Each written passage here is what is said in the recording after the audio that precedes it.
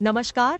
आज तक एआई में आप सभी का स्वागत है। मालदीव्स बनाम लक्षद्वीप की बहस सोशल मीडिया पर तेज है। सोशल मीडिया पर छिड़ी बहस में मालदीव सरकार के मंत्रियों की टिप्पणी भी दिखाई दी। भारत और प्रधानमंत्री मोदी पर अपमानजनक टिप्पणी करने वाले इन तीनों मंत्रियों मरियम श्यूना, मालशा शरीफ और महजूम माजिद को फिलहाल निलंबित कर दिया गया है। लेकिन आज इस रिपोर्ट में हम आपको इस पूरी चर्चा की शुरुआत के बारे में बताएंगे और साथ ही ये भी बताएंगे कि बीते कुछ वक्त से भारत और मालदीव्स के रिश्ते क्यों मुश्किल भरे दौर से गुजर रहे हैं। भारत और मालदीव्स के रिश्ते तेजी से बदलने शुरू हुए सितंबर 2023 में, जब राष्ट्रपति पद के चुनाव में भारत समर्थक पूर्ववर्ती इब्राहिम मोहम्मद सोलिह की हार हुई और मोहम्मद मुइज्जू ने मालदीव्स के 8वें राष्ट्रपति बने। मुइज्जू असल में पूर्व राष्ट्रपति अब्दुल्लाह यामीन के प्रतिनिधि थे।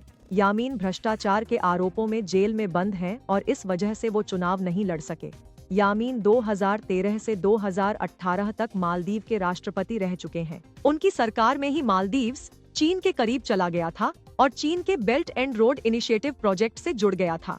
बात करें मुइज्जू की, तो उन्होंने अपनी चुनावी घोषणा में कहा था कि वो जीते तो मालदीव्स की इंडिया फर्स्ट नीति को बदल दिया जाएगा।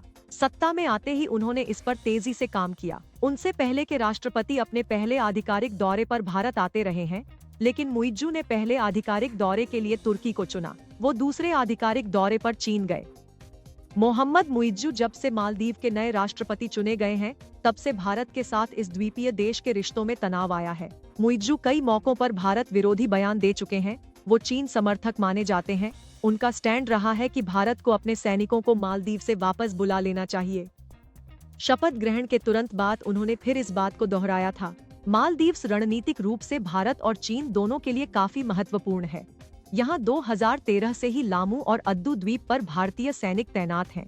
भारतीय नौसैनिक भी मालदीव में तैनात हैं। इंडियन नेवी ने वहाँ 10 कोस्टल सर्विलांस रडार इंस्टॉल किए हैं। मालदीव्स 1100 से ज्यादा छोटे बड़े द्वीपों वाला राष्ट्र है। ये द्वीप हिंद महासागर में दक्षिण से पश्चिम तक फैले हुए हैं।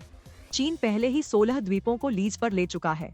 मालदीव्स के बदलते रुख के बीच जनवरी 2024 के पहले हफ्ते में पीएम मोदी लक्षद्वीप पहुंचे। उन्होंने वहां खिंचवाई तस्वीरों को एक्स पर पोस्ट किया और पर्यटकों से वहां आकर घूमने की अपील की। अक्षय कुमार, सलमान खान, सचिन तेंदुलकर जैसी कई हस्तियों ने घूमने के दौरान भारतीय तटों और द्वीपों को तरजीह दिए जाने की बात की। इसके बाद सोशल मीडिया पर लक्षद्वीप बनाम मालदीव्स की बहस शुरू हो गई।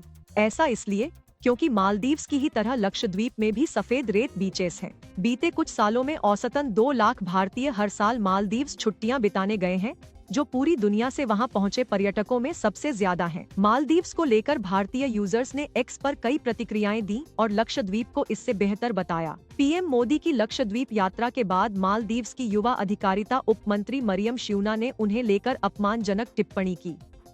हालांकि बाद में उन्होंने अपनी पोस्ट हटा ली, लेकिन उनकी पीएम मोदी पर की गई टिप्पणी को लेकर मालदीव्स में ही सवाल खड़े होने लगे और मामला इतना ज्यादा बढ़ गया कि मालदीव्स सरकार ने मंत्री मरियम श्यूना के बयान से कन्नी काट ली। लेकिन इस टिप्पणी को देखते हुए एक बड़ी ट्रैवल कंपनी ने मालदीव्स की सभी उड़ानों की बुकिंग कैंसिल कर दी। ऐसा बताया गया कि मालदीव्स में भारतीयों ने 8000 से ज्यादा होटल बुकिंग और 2500 फ्लाइट टिकट कैंसिल किए हैं।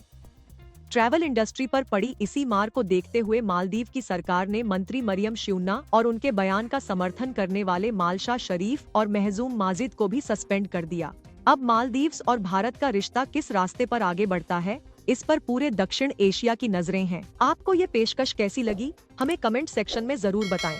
ऐसी ही स्टोरीज और अपडेट्स पाने के लिए सब्सक्राइब करें आज तक एआई।